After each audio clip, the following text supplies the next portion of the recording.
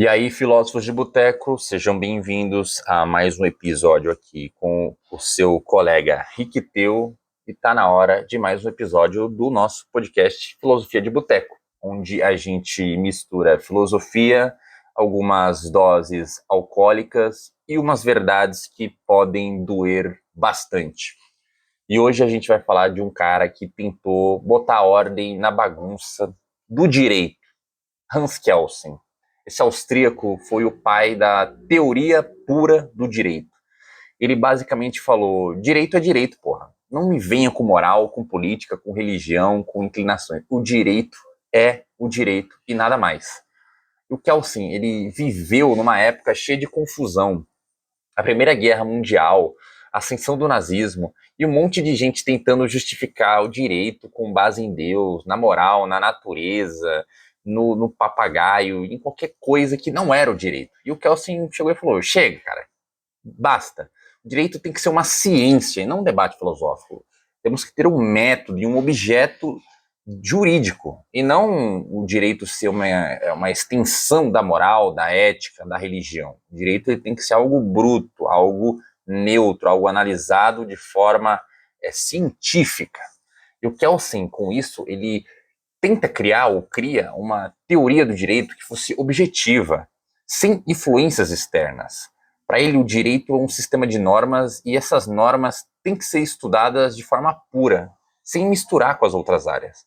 É tipo aquele amigo que só quer falar de futebol no boteco, sem falar de política, religião, de pegação, de balada. É somente aquilo.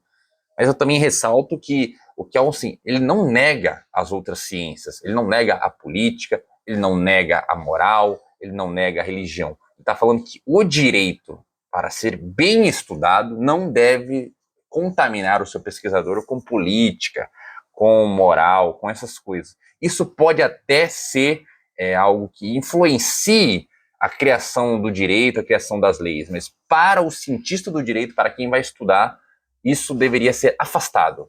Ele diz que o direito, quando é para ser estudado, deve ser puro. Mas isso não significa que o direito seja puro quando é criado pelo legislativo ou quando é teorizado pelos leigos.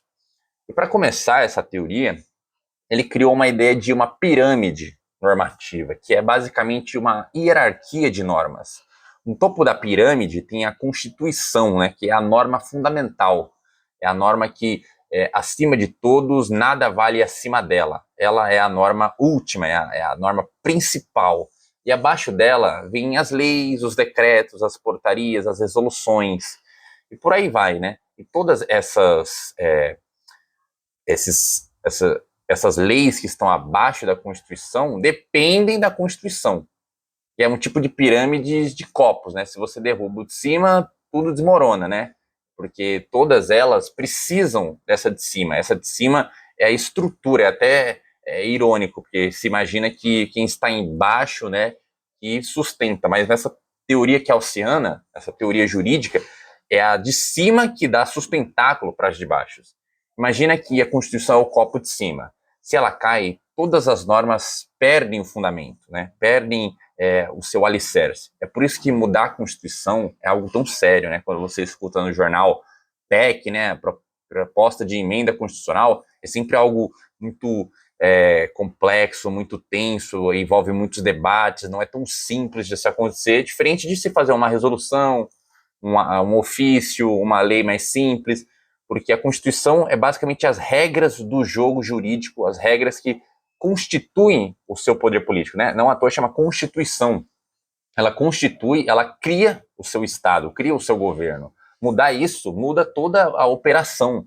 Então, é sempre muito mais sério. É tipo tentar trocar o copo que está em cima sem derrubar os outros.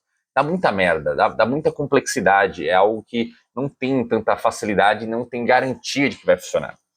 E o Kelsen ele não queria saber de moralidade no direito. Para ele, uma norma é válida se ela foi criada de acordo com uma norma superior. Não importa se você enxerga que essa norma é justa ou injusta, se ela é bonita ou se ela é feia. É tipo aquela história do quem que manda aqui. Se o cara que diz que tá certo, tá certo. Por quê? Porque o Kelsen enxergava que validar uma norma por moralidade, justo e injusto na concepção do leigo, é algo que não é científico, né? Para ele, a norma ela é válida se ela está seguindo a norma que permite que ela exista. Um exemplo seria como? A Constituição permite que se crie uma lei para proteger o meio ambiente. E o legislador, né, o seu deputado, vai lá e cria uma lei seguindo o que a Constituição fala para proteger o meio ambiente.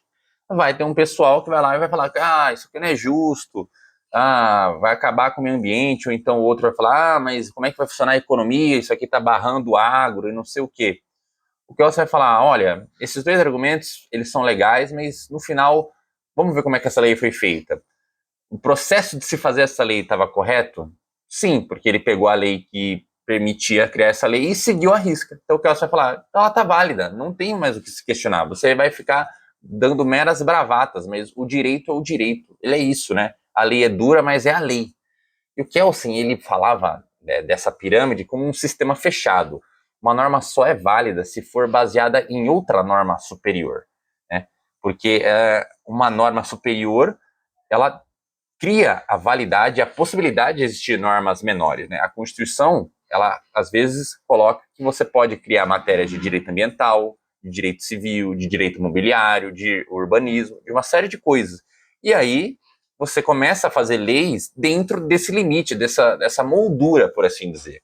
Porque se você não tem essa moldura, você começa a fazer coisas que não tem conexão, uma coisa pode falar A e outra coisa pode falar B, e A e B não se conversarem. Então tem que ter uma norma que delimite, porque aí você evita de ter algo que permite e proíba simultaneamente, né? Imagine que o dono de um boteco diz que todo mundo tem que pagar a conta no final da noite. Essa norma é válida porque ele é o dono, né? Um exemplo. Agora, se um cliente aleatório chega e diz que todo mundo pode beber de graça, essa norma não vai valer nada, né? Essa bravata, porque ele não tem base em nada. A norma não foi criada, por assim dizer. Quem poderia criar a norma nesse boteco é o dono dele, porque ele é o dono, né? Ele que delimita como que vai funcionar as coisas ali. Então, por isso que o Kelsen, ele trabalha muito nessa questão da validade e do procedimento de se fazer normas. Para ele é muito importante como as normas são feitas, né? Não importa o conteúdo, não importa se agrada ou desagrada, importa se está seguindo os protocolos, porque aí você consegue verificar se teve algum problema, você consegue rastrear as deficiências do direito, você quase que transforma um direito em um objeto laboratorial e empírico, você consegue verificar se você teve algum erro no seu experimento, no seu estudo, e com isso corrigir. E no topo dessa pirâmide, que é a norma fundamental, é a base do sistema jurídico, né? A base de tudo. É uma norma que ela fundamenta todo o direito, toda a Constituição, todas as leis, todos os decretos. E o Kelsen, ele não explica de onde ela vem, porque ele diz que somente ela existe, ele não fala de onde que ela vem, porque é um amigo que você tem sempre a última palavra, mas ninguém sabe o porquê, né? Porque o Kelsen, quando ele constrói essa norma fundamental, muita gente fala que é a Constituição expressa. Mas, na verdade, é uma norma que valide que a Constituição seja a norma que vai reger aquele país. Então, é uma norma que está até acima da Constituição. É uma norma que fala, olha, a Constituição deve ser obedecida. Essa norma não está na Constituição. Essa norma é transcendental à Constituição. Ela está acima da Constituição. Só que ela não está escrita em nenhum lugar. Porque, assim, essa norma é uma norma racional, é uma norma que deve ser seguida e ela é condição para se fazer o direito. Se não existir ela, então tudo é arbítrio, tudo é ditadura. Precisa ter essa norma de Constituição, de legalidade, de formalidade, de direitos humanos, de todo esse arcabouço que permite que se tenha um direito funcional, um direito público, um direito em que as pessoas conheçam as suas leis. E o Kelsen, ele foi um dos juristas mais influentes do século XX, mas ele também levou muita crítica. Uns falavam que ele era muito formalista e ignorava a realidade social, né? Você, escutando o que a gente falou, deve de fato perceber que ele era bastante formalista, ligava muito para uma questão lógica, para os passos de se fazer o direito, ele gostava de deixar tudo bem fechadinho, ele imaginava quase como um quebra-cabeça, não podia faltar uma peça se não tinha algum erro. E outros diziam que a teoria dele era muito fria, sem espaço para justiça, sem espaço para equidade, para o auxílio, para a caridade, era como se fosse uma receita de bolo, seguir à risca. E, de fato, o Kelsen, ele, para falar da ciência do direito, ele tenta tornar o mais frio, o mais neutro possível, afastar as inclinações, afastar toda a concepção moral, a concepção sensível, a emoção do debate, né? Imagina novamente aquele dono do boteco que cria uma norma que só ele pode beber de graça. O Kelsen, né? No primeiro exemplo, eu falei que ele falou uma norma e depois um cliente falou a norma. Agora é o próprio dono que falou que somente ele podia beber de graça. O Kelsen olharia e falaria que essa norma é válida, né? Porque ele é o dono, então ele pode criar as regras ali. Só que a gente sabe que isso aí não é justo, né? Sabe que isso aí não é tão interessante, não é tão funcional. E aí que entra a crítica principal, que é, será que o direito pode ser puro? Ou será que ele vai ser sempre influenciado, ou deve ser influenciado pela política, pela moral, pela religião? Como é que a gente trabalha com o direito sem perder a busca por um rigor, por uma ciência, sem abandonar o humanismo? A gente até botou na nossa bandeira, né, ordem e progresso, por causa do positivismo. E o Kelsen é um dos principais nomes dessa corrente no direito, né, o positivismo jurídico, que tenta afastar a moral, as inclinações, as coisas que não são científicas do estudo. Né? Ele é um representante bastante grande dessa corrente e a gente, no nosso país, tem muito dessa corrente aqui, né? Seja na política, seja no direito, seja na filosofia, seja na ciência. Mas será que a gente realmente vive em um sistema puro de normas ou de decretos, de um judiciário que segue estritamente o protocolo, ou a gente só finge que vê? Só finge que vive dessa forma? Será que o judiciário abandonou esse positivismo e está fazendo outras coisas? Será que a crítica do Kelsen é real e quando não seguimos a ciência do direito, a gente cai em arbítrio? Será que a gente está vivendo em arbítrio ou o judiciário está fazendo alguma medida correta em não seguir protocolos? Como que é a nossa sociedade jurídica? O Kelsen nos faz pensar, será que o direito pode ser puro? Será que tem como transformar uma ciência humana em uma ciência natural, uma ciência exata? Ou no final a gente sempre acaba misturando política, moral e um monte de coisa? A teoria pura do direito é uma ideia fascinante, mas é polêmica pra caralho.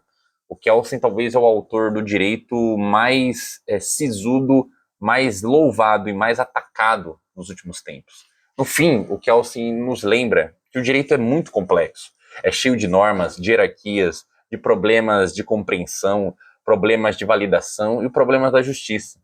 Será que a gente pode separar o direito da realidade social? Será que a justiça pode ser pura ou ela vai ser sempre influenciada por quem está no poder? Essas respostas o Kelsen não dá, mas ele coloca as perguntas, que novamente é o mais importante, né? Ele coloca as críticas para o que ele viu na época e serve até hoje, né? Como que devemos fazer o direito, como devemos regular a sociedade, como devemos organizar os nossos pares, os nossos vizinhos, os nossos conterrâneos. Fica essa reflexão, né? Porque no próximo episódio, na mesma toada do positivismo, a gente vai falar do Auguste Comte, o fundador dessa teoria. Ele é um cara que acreditava que a ciência ia salvar o mundo. É positivismo, ordem, progresso e cerveja científica. Não perca. Espero que você tenha gostado desse episódio. Curta, comente, compartilhe, siga nas redes sociais e até a próxima, pessoal.